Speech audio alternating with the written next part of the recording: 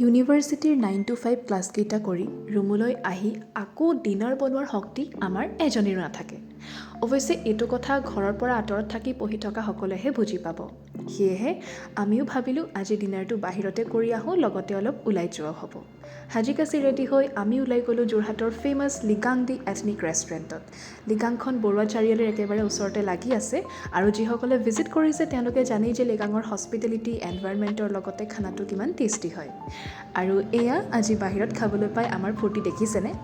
সঁচাকৈ যিসকলে পিজি বা হোষ্টেলত পঢ়ি আছে তেখেতসকলে বুজি পাব এনেকৈ নিজৰ মনে মিলা বন্ধু বান্ধৱীৰ লগত ওলাই গৈ তৃপ্তিৰে এসাঁজ খোৱাটো কিমান ভাল লাগে।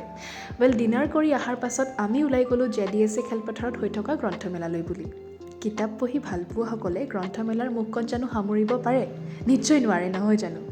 তাৰ পাছতে আমিও অলপ কিবা কিবি শ্বপিং কৰি ৰুমলৈ বুলি উভতিলোঁ। সঁচাকৈ ডেইলি এটা হেক্টিক শ্বিডিউলৰ পৰা এনেকৈ মনে মিলা বন্ধু বান্ধৱীৰ লগত অকণমান ওলাই গ'লে বহুতখিনি ৰিফ্ৰেছ লাগি আহে। আজিলৈ ইমানেই আছিল। See you in the next vlog.